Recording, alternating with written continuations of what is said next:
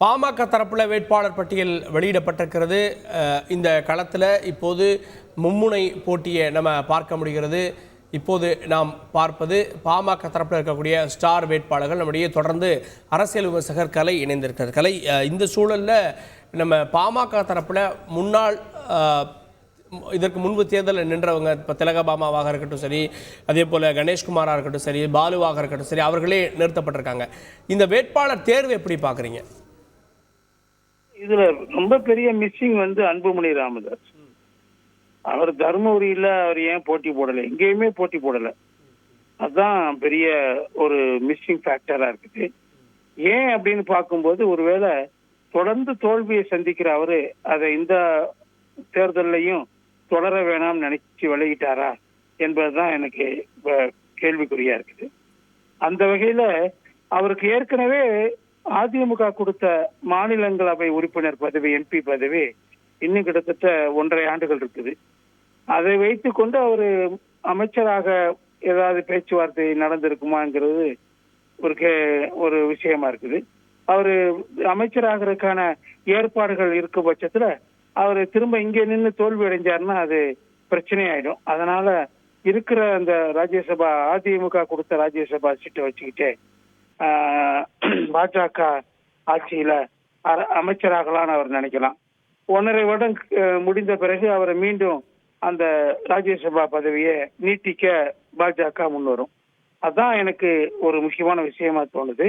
ஆக அவரே வெற்றி பெறுவோங்கிற நம்பிக்கை அவருக்கே இல்லை. தர்மபுரி அவங்களுடைய ரொம்ப இருக்கிற தொகுதிகளிலே ரொம்ப பலமான தொகுதி தர்மபுரி தான். அங்கேதான் அவர் ஸ்டார் கேண்டிடேட்.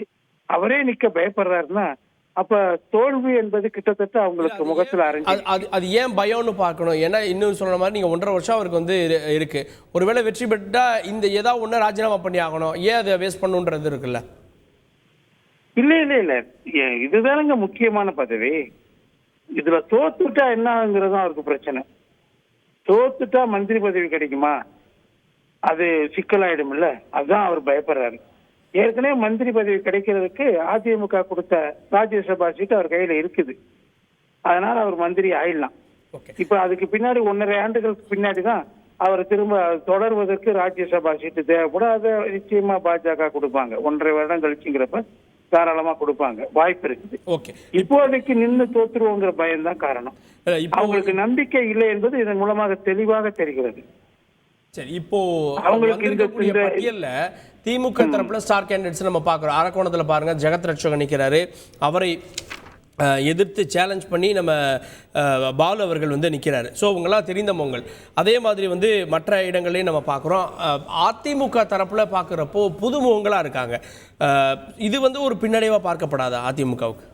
எப்படிங்க பின்னடைவுங்கிறீங்க?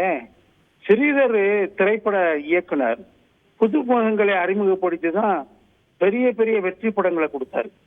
அதே மாதிரி இவங்கெல்லாம் அந்த பகுதியில மக்கள் மத்தியில வேலை செய்யக்கூடியவங்க, தேர்தல் நேரத்துல மட்டும் அங்க போகக்கூடியவங்க இல்ல. எல்லாருமே வேட்பாளருக்கான அறிமுகம்ன்றது முக்கியம் தானே. அறிமுகம் அங்க இருக்கே, அந்த தொகுதியில அவங்களுக்கு அறிமுகம் இருக்குது.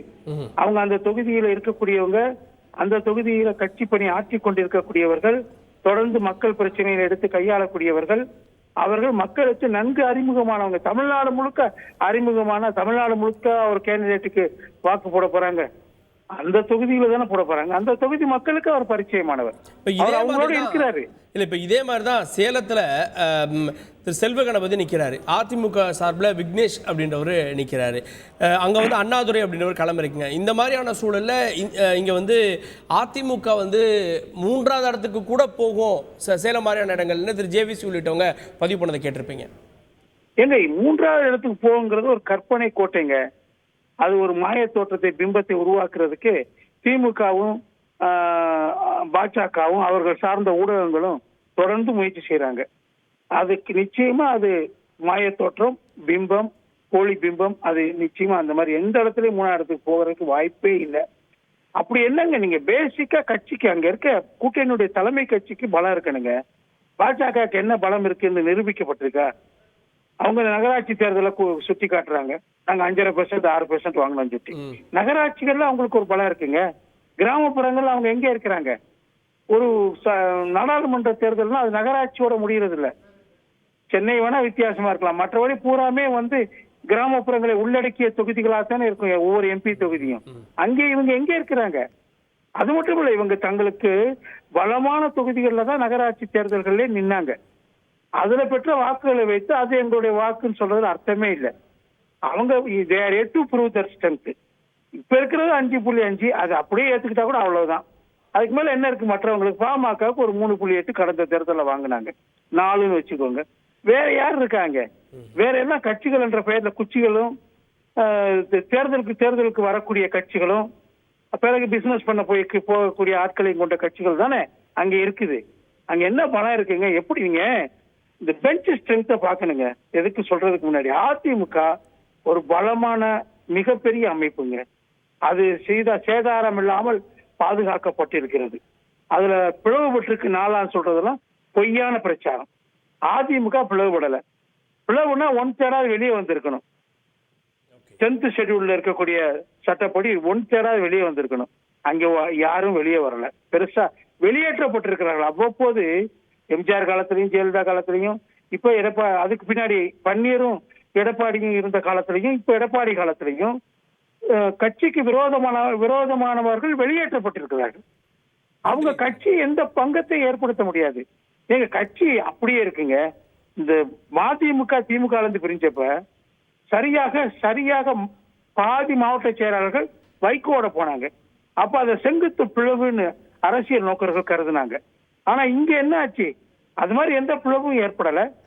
சிலர் வெளியேற்றப்பட்டிருக்கிறார்கள். எப்பயுமே நடக்கக்கூடிய விஷயம்தான். மின்மினியில போஸ்ட் போடு, மேட்ச்ல விசில் போடு. இப்பவே டவுன்லோட் பண்ணுங்க மின்மினி ஆப்.